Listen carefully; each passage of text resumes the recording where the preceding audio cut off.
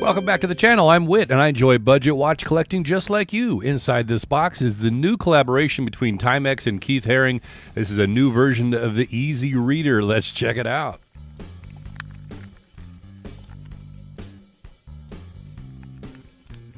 Oh, cool.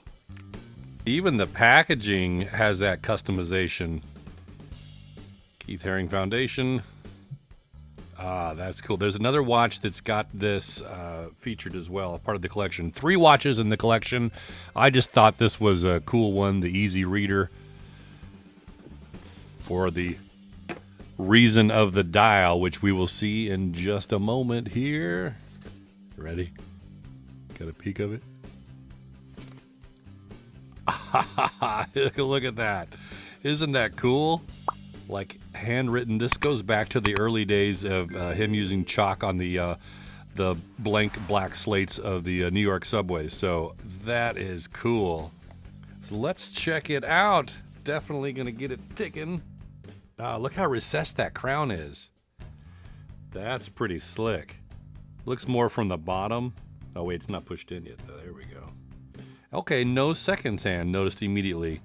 Again, towards that minimalistic design.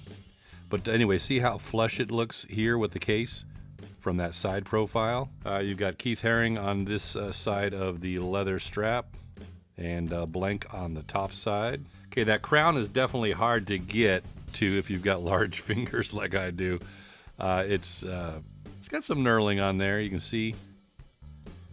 But it's pretty slippery and doesn't stick out very far from the case, so, and it wants to pop back in on me. So definitely, I mean, this is a quartz though, so it's going to be set it and forget it anyway, so I don't think, you know, other than time change or traveling, well, you have to manipulate it much, but look at that dial. That is so cool. And the handset, I mean, it looks like it's drawn on there, right? Let me get you in tight so we can kind of see some of the detail.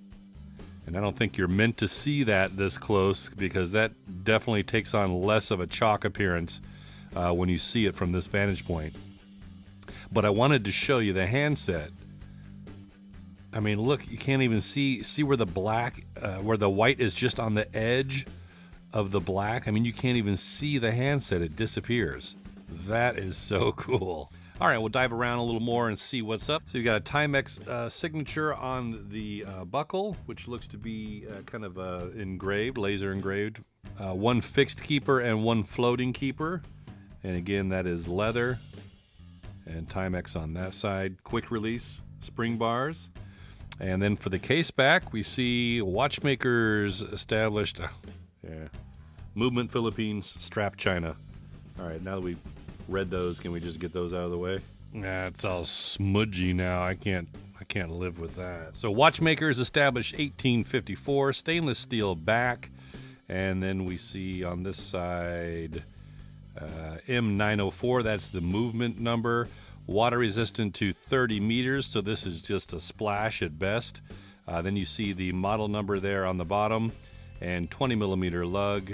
I do not know what the BO or B0 stands for. And then of course Timex and Keith Haring on the case back. So this is a brass case. This is kind of no different than the other budget Timex watches. It does have a polished surface on it, as you can see from my fingerprints. But yeah, so just a brass alloy case, so you're not getting stainless steel here. But again, for the looks and the budget price, seems to be pretty decent. High polish throughout, and that is a mineral crystal, of course, as well. Again, so you're just getting a budget Timex here. I mean, I believe the regular versions of the Easy Readers are, what, I'm taking a guess, I think like $30 to $50 US probably. So you are getting a little bit of a price hike at $99 for these, you know, for it being the collaboration and a special edition.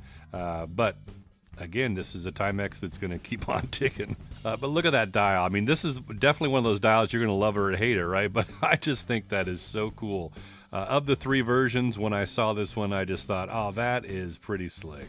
And again, with those quick release spring bars, if you don't like the Keith Haring signature on that strap, I would just save it and keep it as is historically. And then, you could swap out a different strap real easy with those quick release spring bars to get you another 20 millimeter strap. So speaking of which, let's take some measurements because there was some confusion. I bought this the first day it came out and it said 39 millimeters, I think, in the description. And then a little section below that, it said 40 millimeters. And I see now they've updated the website and it says 38 all the way around. So had I known that, I might not have bought this at 38 millimeters, but I don't know. I just thought it was a cool watch to have, even as a collector's item if I weren't going to wear it. So I'm good with it, but let's measure and see what it actually is. Okay, so I'm getting 38.4, so I would definitely... maybe that's why, I don't know where the 40 came from the listing that was there temporarily, but definitely you could say 38, 39 millimeters and get away with it. But yeah, so 38 is appropriate to list this watch as for the diameter of the case. Lug to lug of 45 millimeters, thickness of just 9.1 millimeters, and as I mentioned, 20 millimeter lug width. So 5 millimeters for the crown. That's part of the reason that it's difficult to turn, but it's not just the size, it's the knurling and the distance out away from the case as well. Very light, coming in at just 49 grams on the supplied leather strap. And it just wouldn't be a Timex without this. Yes, that's cool. So full lume Indiglo dial, and then you see the numerals very easily, and look at the contrast of that handset. Now we're seeing just the black only of that handset instead of seeing the white outline of the chalk marks. So that is great Indiglo.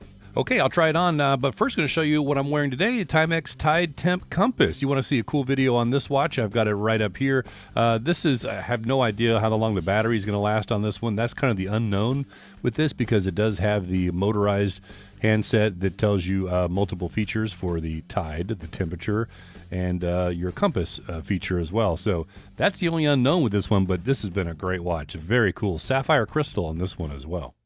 Okay, pretty cool. Again, I've got an 8-inch wrist, so wouldn't normally wear a 38 millimeter, but not bad. I mean, this is very, very loose because I wanted to show, the leather's not broken in, so I didn't want to make it so tight on camera. But so I'm on the second hole, and again with the 8-inch wrist, so I'm sure after this breaks in, I would go to the third hole. So you've definitely got some options if you have a larger wrist, but look at that. Great legibility too, right? That is just such a cool dial. Thanks to Timex for letting us have fun again. The Keith Haring version of the Easy Reader is $99 US. Now, the bad news is this is going to be kind of hard to get, I think. So, again, I bought this on the first day it came out, and they were sold out in the same day. The good news is, there's a wait list you can get on that notify you when they restock. And in just the less than a week since the time of filming this video and it came out, they already did a restock. And the last I saw, it said low quantities. So, but that tells me that they're going to restock at least a little often. So if you would like to get this watch, just check down below. I've got links for wherever I think I can find it that you might be able to pick it up at. So you could check there first, and see if there are any stock. But yeah, what a fun watch. The Keith Haring Timex collaboration on the Easy Reader. Hey, if you enjoyed this video, hit that like button and let me know what you think of this one in the comments section down below. I'll catch you in the next one. I'm Whit with so many watches, so little time and money.